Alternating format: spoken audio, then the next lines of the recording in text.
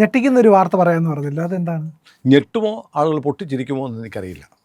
അത് പറയും മുമ്പ് ഇന്ന് ഒരു ഇംഗ്ലീഷ് പത്രത്തിൽ കണ്ട ഒരു വളരെ വ്യത്യസ്തമായൊരു ചിത്രം പറയാം. ആ ചിത്രം എന്ന് പറയുന്നത് പ്രധാനമന്ത്രി ഇരിക്കുന്നു, തൊട്ടുപുറത്ത് രാജ്നാഥ് സിംഗ് ഇരിക്കുന്നു, അദ്ദേഹത്തിൻ്റെ ഇടതുവശത്ത് ലോക്സഭാ സ്പീക്കർ ഓം ബിർള ഇരിക്കുന്നു. ചായ കുടിക്കുകയാണ്. ചായ കുടിക്കുന്ന കൂട്ടത്തിൽ മറ്റൊരാളുണ്ട്, പ്രിയങ്ക ഗാന്ധി. അതായത് ഇപ്പോൾ ഡൽഹിയിൽ മുദ്രാവാക്യം വിളിച്ചു കോൺഗ്രസ്സുകാർ, മോദിയുടെ കുഴിമാടം വെട്ടും എന്ന് പറഞ്ഞു. ആ മുദ്രാവാക്യം വിളിച്ച് പാർലമെൻറ്റിലൊക്കെ അലമ്പൊക്കെ ഉണ്ടാക്കി. മറ്റേ ആങ്ങളച്ചക്കനില്ലല്ലോ, ലോക്സഭാ പ്രതിപക്ഷ നേതാവ് ജർമ്മനിയിൽ ടൂറിലാണ്. അപ്പോൾ അങ്ങനെ ഒരു പ്രിയങ്ക ഗാന്ധിയും മോദിയും കൂടെ ഒരുമിച്ചിരുന്ന് ചായ കുടിക്കുന്നൊരു ചിത്രം അസാധാരണമായ ചിത്രമാണ്.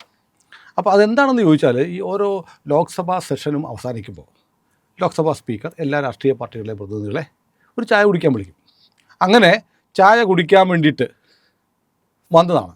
അപ്പോൾ അതിനു മുമ്പ് പാർലമെൻറ്റിലൊരു സംഭവം ഉണ്ടായി. പ്രിയങ്ക ഗാന്ധി പറഞ്ഞു, എനിക്ക് കുറച്ച് കാര്യങ്ങൾ പറയാനുണ്ട്, പ്രധാനമന്ത്രി ഒരു അപ്പോയിൻമെൻറ്റ് തരണം. അപ്പോൾ പ്രധാനമന്ത്രി മോദി പാർലമെൻറ്റിൽ പറഞ്ഞു, അപ്പോയിൻമെൻറ്റ് വേണ്ട, എന്നെ എപ്പോൾ വേണമെങ്കിലും വന്ന് കാണാം. അല്ലെങ്കിൽ നേരത്തെ രാഹുൽ ഗാന്ധി അപ്പോയിൻമെൻറ്റ് മേടിച്ച് വന്നു, ആങ്ങളയ്ക്ക് കൊടുത്ത പരിഗണന എനിക്ക് തന്നില്ല എന്ന് പെങ്ങൾക്കൊരു പരാതി ഉണ്ടാവണ്ട, വന്നോളൂ എന്ന് പറഞ്ഞു. അപ്പോൾ നമ്മൾ നോക്കുമ്പോൾ എങ്ങനെയും നരേന്ദ്രമോദിയെ അവസാനിപ്പിക്കണം എന്ന് പറഞ്ഞ് നടക്കുന്ന, അതിനുവേണ്ടി രാജ്യവിരുദ്ധ ശക്തികളെ, സോറോസിനെ, പാകിസ്ഥാനെ വരെ കൂട്ടുപിടിക്കുന്ന രാഹുൽ ഗാന്ധിയുടെ കുടുംബത്തിൽ നിന്നുള്ളവർ പ്രധാനമന്ത്രിയെ കാണണമെന്ന് പറയുന്നു, ഒറ്റയ്ക്ക് കാണണമെന്ന് പറയുന്നു, ചായ കുടിക്കാൻ പോകുന്നു. എന്തെങ്കിലും മാറ്റമുണ്ടോ? അതെ, സംശയം വരും. അപ്പോൾ നമ്മുടെ ഇന്ത്യയിലെ ഈ രാജകുടുംബത്തിൻ്റെ അവസ്ഥ അതിദയനീയമാണ്. രാഹുൽ ഗാന്ധിയുടെ പൗരത്വം, ഇന്ത്യൻ പൗരത്വത്തിനൊപ്പം ബ്രിട്ടീഷ് പൗരത്വം ഉണ്ടായിരുന്നു. ബ്രിട്ടീഷ് പൗരത്വം സ്വീകരിച്ചുകൊണ്ട് ഇന്ത്യൻ പൗരത്വം റദ്ദായി എന്ന് പറയുന്നൊരു കേസ് അലഹബാദ് ഹൈക്കോടതിയിലുണ്ട്. ആ കേസിൻ്റെ വിചാരണ നടക്കാൻ പോവാണ്. MHA, ministry of home affairs, ലണ്ടനിൽ നിന്ന് കിട്ടിയിട്ടുള്ള ചില രേഖകൾ കിട്ടിയിട്ടുണ്ട്, അത് കോടതിയിൽ സമർപ്പിക്കും എന്നും പറയുന്നു. അപ്പോൾ പൗരത്വം ഉൾപ്പെടെയുള്ള കാര്യങ്ങൾ പരിങ്ങലിലാണ്.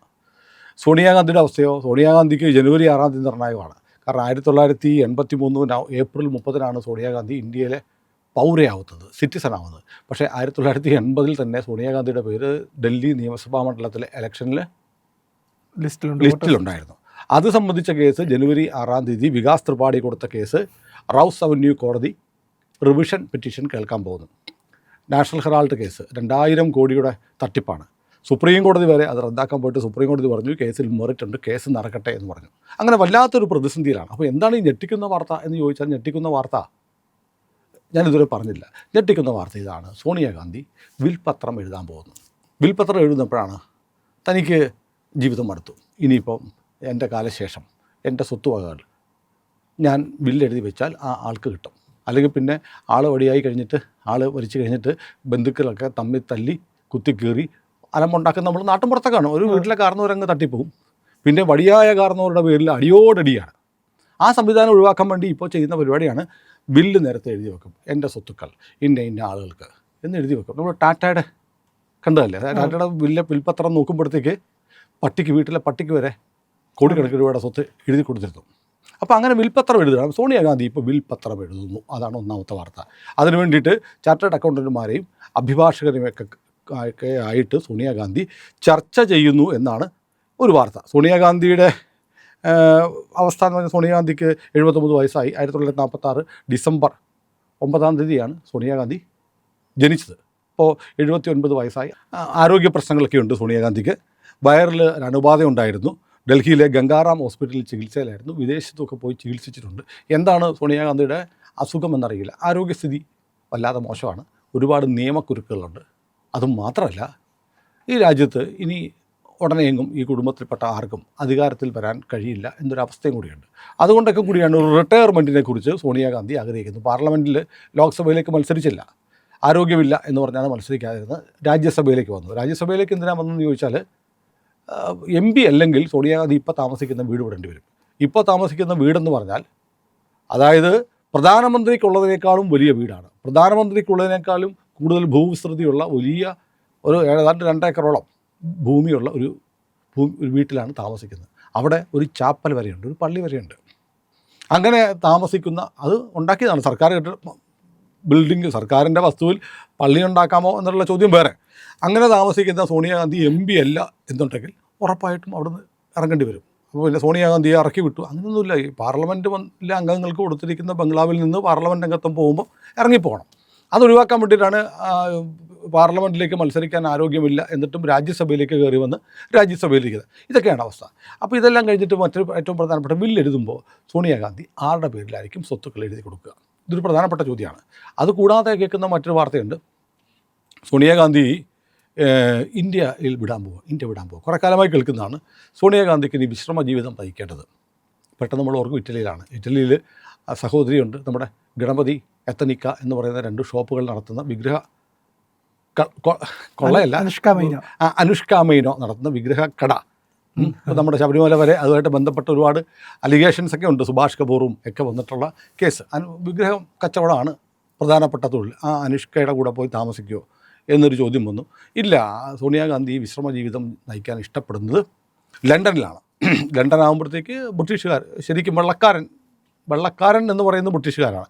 മാത്രമല്ല ഇപ്പോൾ ലണ്ടനിലാണെങ്കിൽ മഹാഭൂരിപക്ഷം ആളുകളും ഇസ്ലാം മതത്തിൽപ്പെട്ട ആളുകളായി കഴിഞ്ഞു. മൈഗ്രേറ്റ് ചെയ്ത് ഒരു ഇസ്ലാമിക രാജ്യമായി ലണ്ടൻ മാറിക്കൊണ്ടിരിക്കുകയാണ്. അപ്പോൾ പാകിസ്ഥാനെ ആദരപൂർവ്വം കാണുന്ന ആളുകൾക്ക് ജീവിക്കാൻ പറ്റുന്ന ഏറ്റവും നല്ല സ്ഥലങ്ങളിലൊന്നായി ലണ്ടൻ മാറിയിട്ടുണ്ട്. അതുകൊണ്ടുകൂടിയാണോ ലണ്ടനിലേക്ക് പോകുന്നറിയില്ല. അപ്പോൾ വിൽപ്പത്രം എഴുതി വെച്ച് രാഷ്ട്രീയം വിട്ട് സോണിയാഗാന്ധി ലണ്ടനിലേക്ക് പോകാൻ ആലോചിക്കുന്നു എന്നാണ് വാർത്ത. ഇത് ഞെട്ടിക്കുമോ അതോ ആളുകൾ പൊട്ടിച്ചിരിക്കുമോ എന്നറിയത്തില്ല. കാരണം ഇന്നിപ്പോൾ ലോകത്ത് ഏറ്റവും കൂടുതൽ സമ്പത്തുള്ള, അതായത് ഒരു ഇന്ത്യയിലെ ഒരു രാഷ്ട്രീയ നേതാവിൻ്റെ ഭാര്യയായി വന്ന, അതിനു മുമ്പ് ഒരു ഹോട്ടലിലെ ഒരു റെസ്റ്റോറൻറ്റിലെ വെയിട്രസ് ആയിരുന്ന ഒരു സ്ത്രീ ഇന്ത്യയിൽ വന്ന് ഇവിടുത്തെ രാജകുടുംബത്തിലെ വധുവായി വന്നതിന് ശേഷം ലോകത്തിലെ ഏറ്റവും വലിയ സമ്പന്നയായ രാഷ്ട്രീയക്കാരിയായി മാറിയതിൻ്റെ പിന്നിലുള്ള യാത്ര കഥകൾ ഒക്കെ ഒരുപാടുണ്ട്. അതവിടെ നിൽക്കട്ടെ. അപ്പോൾ ഏതായാലും ഇങ്ങനെയാണ്. അപ്പോൾ എന്താണ് സോണിയാഗാന്ധിയുടെ പേരുള്ള സ്വത്തെന്നൊക്കെ ചോദിക്കുമ്പോൾ പെട്ടെന്ന് പറയും, നമുക്ക് പെട്ടെന്ന് നോക്കാവുന്നുള്ളത് സോണിയാഗാന്ധിയുടെ കഴിഞ്ഞ തിരഞ്ഞെടുപ്പിലെ സത്യവാങ്മൂലമാണ്. അതിനകത്ത് പറയുന്നത് 12,53,00,000 രൂപയുടെ പ്രോപ്പർട്ടീസ് ഉണ്ട്, കാറൊന്നുമില്ല. പിന്നെയുള്ളത് ദില്ലിയിലെ മെഹ്റോളി സുൽത്താൻപൂർ എന്ന് പറയുന്ന സ്ഥലത്ത് ഒരു കൃഷിഭൂമിയുണ്ട്. പിന്നെ ഇറ്റലിയിൽ കുറച്ച് പിതൃസ്വത്തുണ്ട്, ഒരു 27 കോടിയൊക്കെ വില വരാവുന്ന പിതൃസ്വത്ത്, നമ്മുടെ ഇന്ത്യൻ കറൻസിയിൽ വില വരാവുന്നൊരു സ്വത്ത് ഇറ്റലിയിലുണ്ട്. പിന്നെ 1267 ഗ്രാം സ്വർണ്ണമുണ്ട്, 88 കിലോ വെള്ളിയുണ്ട്. പിന്നെ ഇപ്പം ആളുകൾ ഏറ്റവും നല്ല നിക്ഷേപം സ്വർണ്ണത്തിലും വെള്ളിയിലും നിക്ഷേപിക്കുന്നതാണല്ലോ. വെള്ളിയുണ്ട്. അതുകൂടാതെ പിന്നെ കുറച്ച് ബോൺസ്, സെക്യൂരിറ്റി, ഷെയർസ് ഒക്കെ ഉണ്ട്. അതിൻ്റെ ഡീറ്റെയിൽസ് ഒക്കെ നമ്മളതൊന്നും പറയണ്ട. അപ്പോൾ അതെല്ലാം കൂട്ടുവാണെങ്കിൽ 100 കോടി രൂപ. വെറും 100 കോടി രൂപയോ സോണിയാഗാന്ധിക്കുള്ളതോ എന്ന് നിങ്ങൾ ആലോചിക്കരുത്. നാഷണൽ ഹെറാൾഡ് കേസിൽ മാത്രം അടിച്ചു മാറ്റിയത് 2000 കോടി രൂപയാണ്. പിന്നീട് ചില ഓഫീസുകളുണ്ട്, അതായത് അഖിലേന്ത്യാ കോൺഗ്രസ് ഭവൻ. നമ്മളോർക്കും കോൺഗ്രസിൻ്റെ ഓഫീസാണെന്ന്, സോണിയാഗാന്ധിയുടെ പേരില്ല. പിന്നെ കർണാടകയിലെ കോൺഗ്രസ് ഭവൻ സോണിയാഗാന്ധിയുടെ പേരില്ല. തമിഴ്നാട് സത്യമൂർത്തി ഭവൻ സോണിയാഗാന്ധിയുടെ പേരില്ല. ഈ 3 കെട്ടിടങ്ങൾക്ക് തന്നെ 10,000 കോടി രൂപ വില വരും. ഇനി അപ്പോൾ രാഹുൽ ഗാന്ധിയുടേതായിട്ട് ചില ദില്ലി ഓൺലൈൻ മാധ്യമങ്ങളിലൊക്കെ മുമ്പ് പറഞ്ഞു കേട്ടിട്ടുണ്ട്. ഇപ്പോൾ സോണിയാഗാന്ധിയുടെ പേരിലാണ് ഈ അഖിലേന്ത്യാ കോൺഗ്രസ് ഭവൻ, സത്യമൂർത്തി ഭവനൊക്കെ ഇരിക്കുന്നത്. അത് കോൺഗ്രസ് പാർട്ടിക്ക് സ്വന്തമായിട്ടൊരു ആസ്ഥാനമൊക്കെ ഉണ്ടായിട്ട് ഇതെന്തിനാണ് അമ്മയുടെ പേരിലുള്ള പ്രോപ്പർട്ടി ഇങ്ങനെ നിൽക്കുന്നത്? കോൺഗ്രസ് ഒരു ഓഫീസ് ഉണ്ടാക്കട്ടെ വേറെ. അങ്ങനെയൊക്കെ ഓഫീസൊക്കെ ഉണ്ടായി വന്നു കഴിഞ്ഞാൽ ഈ 3 പ്രധാനപ്പെട്ട കെട്ടിടങ്ങൾ തമിഴ്നാട്ടിലും കർണാടകയിലും ഡൽഹിയിലുമുള്ള ഈ 3 കെട്ടിടങ്ങൾ വല്ല 5 സ്റ്റാർ ഹോട്ടലോ 7 സ്റ്റാർ ഹോട്ടലോ ഒക്കെ ആക്കി മാറ്റാം. അവിടെ പാർട്ടി ഓഫീസ് എന്ന് പറഞ്ഞാൽ 5 പൈസയുടെ കച്ചവടം നടക്കത്തില്ല. അതുകൊണ്ട് കച്ചവടം നടക്കുന്ന സ്റ്റാർ ഹോട്ടലുകളാക്കി മാറ്റാമെന്നൊരു ആഗ്രഹം രാഹുൽ ഗാന്ധിക്ക് ഉണ്ടായിരുന്നു എന്ന് പറഞ്ഞു കേട്ടിട്ടുണ്ട്. അതുകൂടാതെ സോണിയാഗാന്ധി ചെയർപേഴ്സണായിട്ടുള്ള 18 ട്രസ്റ്റുകളുണ്ട്. എല്ലാത്തിനും ട്രസ്റ്റിൻ്റെ ചെയർപേഴ്സൺ സോണിയാഗാന്ധിയാണ്. അതുകൊണ്ട് അതിലെ അവസാന വാക്കും സോണിയാഗാന്ധിയാണ്. ആ ട്രസ്റ്റുകൾക്ക് കോടിക്കണക്കിന് രൂപയുടെ ആസ്തിയുണ്ട്. നെഹ്റുവിൻ്റെ കാലം മുതലുണ്ടായിരുന്ന ഈ ട്രസ്റ്റുകളുണ്ട്. പിന്നെ സഞ്ജയ് ഗാന്ധിയുടെയും ഇന്ദിരാഗാന്ധിയുടെയും രാജീവ് ഗാന്ധിയുടെയും പേരിലുള്ള ട്രസ്റ്റുകളുണ്ട്. ഇതൊക്കെ പരമ്പരാഗതമായി നെഹ്റുവിൻ്റെ കാലം മുതൽ കൈമാറി ഇപ്പോൾ അത് വന്നിരിക്കുന്നത് സോണിയാഗാന്ധിയുടെ പേരിലാണ്. അപ്പോൾ അതൊക്കെ ട്രാൻസ്ഫർ ചെയ്യണം. അപ്പോൾ അങ്ങനെ നോക്കുമ്പോൾ സോണിയാഗാന്ധിക്ക് 10,000 കോടി രൂപയുടെ അസറ്റുകളുണ്ട്. സത്യവാങ്മൂലത്തിൽ പറഞ്ഞ 12 കോടി 53 ലക്ഷം അല്ല, ഈ വസ്തുവകകളുടെ, അതായത് ഇമ്മൂവൽ പ്രോപ്പർട്ടീസിൻ്റെ വാല്യൂ അത് ഉൾപ്പെടെയുള്ളതൊക്കെ ഉണ്ട്. അപ്പോൾ ആർക്കായിരിക്കും ഇത് കൊടുക്കുക എന്നൊരു ചോദ്യം പൊതുവെ വരുന്നുണ്ട്. ഇപ്പോൾ പ്രിയങ്ക ഗാന്ധിക്ക് അത്യാവശ്യം ബുദ്ധിയൊക്കെ ഉണ്ട്, അതുകൊണ്ട് അവരെങ്ങനെയും ജീവിച്ചു പോകും. അമ്മയുടെ ചിറകിൻ്റെ താഴെ നിൽക്കാൻ കഴിഞ്ഞില്ലെങ്കിൽ കാക്കയോ പരുന്തോ കൊത്തിക്കൊണ്ട് പോകുന്ന കുഞ്ഞുങ്ങൾക്ക് പ്രത്യേക പരിരക്ഷ കൊടുക്കണമല്ലോ. അതുകൊണ്ട് സോണിയാഗാന്ധി ആഗ്രഹിക്കുന്നത് തൻ്റെ വിൽപ്പത്രത്തിൽ തൻ്റെ സ്വത്തുവകകളിൽ മഹാഭൂരിപക്ഷവും രാഹുൽ ഗാന്ധിക്ക് എഴുതി കൊടുക്കണമെന്നാണ് ആഗ്രഹിക്കുന്നതെന്നാണ് പറഞ്ഞു കേൾക്കുന്നത്. ഏതായാലും നമ്മൾ ഒരു മാസം മുമ്പ് നമ്മളൊരു വീഡിയോ ചെയ്തിരുന്നു. സോണിയാഗാന്ധി, പ്രിയങ്ക ഗാന്ധി, രാഹുൽ ഗാന്ധി 3 പേരും കൂടെ ഒരുമിച്ച് വയനാട്ടിൽ വന്നിരുന്നു വസ്തു വാങ്ങിക്കാൻ. വയനാട്ടിൽ വന്നത് അവിടെ കുറച്ച് കൃഷിഭൂമി വാങ്ങാൻ. കാരണം കേരളത്തിലെ ഏറ്റവും മനോഹരമായ പ്രദേശം, ഉരുളുപൊട്ടാത്ത സ്ഥലം നോക്കി ഒക്കെ കണ്ട് അവിടെ ലോക്കൽ കോൺഗ്രസ് നേതാക്കന്മാരെ കൂട്ടിയില്ല, അവർക്ക് കമ്മീഷൻ കൂടി വരും.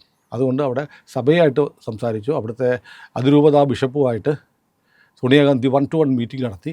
ഇറ്റാലിയൻ ഭാഷയിലാണ് സംസാരിച്ചത്. ഒരൊറ്റ പൊട്ടന്മാർക്ക് മനസ്സിലാവരുത്. അങ്ങനെ സംസാരിച്ചു. അതുകൊണ്ട് 15 ഏക്കറോളം സ്ഥലത്തോളം അവിടെ വാങ്ങാൻ ഉദ്ദേശിക്കുന്നു എന്നൊക്കെ പറഞ്ഞു കേട്ടിരുന്നു. അതിൻ്റെ കുറേ കാര്യങ്ങൾ നീങ്ങുന്നുണ്ട്. ഒരിക്കൽ കൂടി അവർ ചിലപ്പോൾ ആരെങ്കിലും വയനാട്ടിൽ വന്നിട്ട് ഇപ്പോൾ വയനാടിന് കുറേ കാര്യങ്ങൾ ചെയ്തു തരണം എന്നൊക്കെ പറഞ്ഞ് പ്രിയങ്ക ഗാന്ധി നരേന്ദ്രമോദിയെ പോയി കാണുന്നതിൻ്റെ ഒരു സീക്രട്ടും കൂടിയുണ്ട്. പ്രിയങ്ക എന്നിട്ട് പറയും ചെയ്തു, ഞാൻ മലയാളം പഠിക്കാൻ പോവാണ് എന്ന് പറയുന്നുണ്ട്. അപ്പോൾ മലയാളം കൂടെ പഠിച്ചിട്ട് മലയാളത്തിൽ സംസാരിക്കാനായിട്ട് പ്രിയങ്ക വരുന്നുണ്ടായിരിക്കാം. അപ്പോൾ ഏതായാലും അവിടെ ഒരു പ്രോപ്പർട്ടി ഉണ്ട്, വാങ്ങും. പിന്നെ ഈ വിശിഷ്ടകാലം കേരളത്തിൽ കഴിച്ചു കൂട്ടാം അമ്മ എന്ന് പ്രിയങ്ക പറഞ്ഞിട്ടുണ്ടാവും. അതൊന്നും ശരിയാവത്തില്ല. ഈ ബ്ലഡി ഇന്ത്യൻസിൻ്റെ കൂടെ ഒന്നും താമസിക്കാൻ പറ്റില്ല. അവസാന കാലമെങ്കിലും എനിക്ക് രാജകീയമായിട്ട് ലണ്ടനിൽ പോയി ഒറിജിനൽ ധ്വരന്മാരുടെ കൂടെ ജീവിക്കണമെന്ന് സോണിയാഗാന്ധി തീരുമാനിച്ചിട്ടുണ്ടാവാം. അപ്പോൾ ഇത് കൺഫേംഡ് വാർത്തയൊന്നും അല്ല കേട്ടോ, ഉള്ള കാര്യം പറയാമല്ലോ. പക്ഷേ ഇങ്ങനൊരു കഥ ദില്ലിയിൽ പരക്കെ പറയുന്നുണ്ട്. ഇത് ദില്ലി ദർബാറിൽ കേൾക്കുന്ന കഥയാണ്. അപ്പോൾ ദില്ലിയിൽ ഇങ്ങനെ പറഞ്ഞു കേൾക്കുന്ന രാഷ്ട്രീയക്കാരും ഉദ്യോഗസ്ഥരും ഒക്കെ ഇടയ്ക്ക് പറഞ്ഞു കേൾക്കുന്ന കഥകൾ ഇങ്ങനെ നമ്മളോട് കേൾക്കുമ്പോൾ നമ്മൾ പ്രേക്ഷകരോട് പറയുകയാണ്, അത് തീയില്ലാതെ ഉണ്ടാവില്ലല്ലോ എന്ന് പറയുന്നത് പോലെ ഒന്നുമില്ലാതെ ഇത്തരം കഥകൾ വളരെ പെട്ടെന്ന് പൊന്തി വരത്തില്ല. പിന്നെ മാത്രമല്ല, നാഷണൽ ഹെറാൾഡ് കേസ് ഇത്തിരി കോംപ്ലിക്കേറ്റഡ് കേസാണ്. അതിപ്പോൾ വീണ്ടും എടുത്ത കേസ് റദ്ദാക്കിയത് വീണ്ടും പോയിട്ടുണ്ട്. പോലീസ് ഇട്ട FIRൽ കേസെടുക്കാമെന്നാണ് കോടതി പറഞ്ഞിരിക്കുന്നത്. ഏതായാലും എടുത്ത കേസിൽ അമ്മയും മോനും ജാമ്യത്തിലാണ്. അത് കേസ് ക്വാഷ് ചെയ്യണമെന്ന് ആവശ്യപ്പെട്ടു. ഇപ്പോൾ ഇവരൊക്കെ പറയുന്നില്ലേ ഇത് കള്ളക്കേസാണ്, ഈ കേസ് നിലനിൽക്കത്തില്ല, അതുകൊണ്ട് കേസ് വിചാരണ പോലും കൂടാതെ റദ്ദാക്കണമെന്ന് ആവശ്യപ്പെട്ട് 2 തവണ സുപ്രീം കോടതി പോയി. സുപ്രീം കോടതി എന്നിട്ട് നോക്കി, ഇതിനകത്ത് മെറിറ്റ് ഉണ്ടല്ലോ, കാര്യങ്ങളുണ്ടല്ലോ, ഇത്തിരി പരിപാടി ഒപ്പിച്ചിട്ടുണ്ടല്ലോ, അതുകൊണ്ട് പോയി ട്രയൽ വിചാരണ നടത്ത്, കേസ് റദ്ദാക്കാൻ പറ്റില്ല എന്ന് പറഞ്ഞത് ഇന്ത്യയിലെ പരമോന്നത നീതിപീഠമാണ്. അപ്പോൾ ഇതിനകത്ത് കേസിൽ മെറ്റീരിയൽ ഇല്ല, കള്ളക്കേസാണ്, നരേന്ദ്രമോദി വിക്ടിമൈസ് ചെയ്യുകയാണെന്നൊക്കെ പറയുന്നത് വെറുതെയാണ്. ഇതേ വാദമായിട്ട് ഇവർ സുപ്രീം കോടതി പോയതാണ്. സുപ്രീം കോടതി പറഞ്ഞ അങ്ങനെയുള്ള ട്രയൽ നടക്കട്ടെ എന്നാണ് പറഞ്ഞത്. ട്രയൽ നടന്നാൽ അമ്മയും മോനും ശിക്ഷിക്കപ്പെടും, ഉറപ്പാണ്. അപ്പോൾ ഈ വയസ്സാങ്കാലത്ത് 79 വയസ്സൊക്കെ ആയി. 1 വർഷത്തിനുള്ളിൽ മിക്കവാറും വിധി വരും. മിക്കവാറും വെസ്റ്റ് ബംഗാൾ, തമിഴ്നാട് ഇലക്ഷന് മുമ്പ് അതിലെന്തെങ്കിലും തീരുമാനം ഉണ്ടാവുകയോ പുതുതായിട്ട് ED ചാർജ് ചെയ്തിരിക്കുന്ന കേസിൽ അറസ്റ്റ് ഉണ്ടാവുകയോ ചെയ്താൽ, വയസ്സാങ്കാലത്ത് ആരോഗ്യ പ്രശ്നങ്ങളൊക്കെ ഉണ്ട്, അതുകൊണ്ട് ഉള്ളത് മകൻ്റെ പേരിൽ കൊടുത്തിട്ട് നേരത്തെ സംഗതി ഒന്ന് മുറുകുന്നതിന് മുമ്പ് ലണ്ടൻ പിടിച്ചാലോ എന്നുള്ള ആലോചന ഉണ്ട് എന്ന് പറയുമ്പോൾ അതിനകത്ത് കുറച്ച് മെറ്റീരിയൽ ഉണ്ട് എന്നാണ് മനസ്സിലാക്കേണ്ടത്.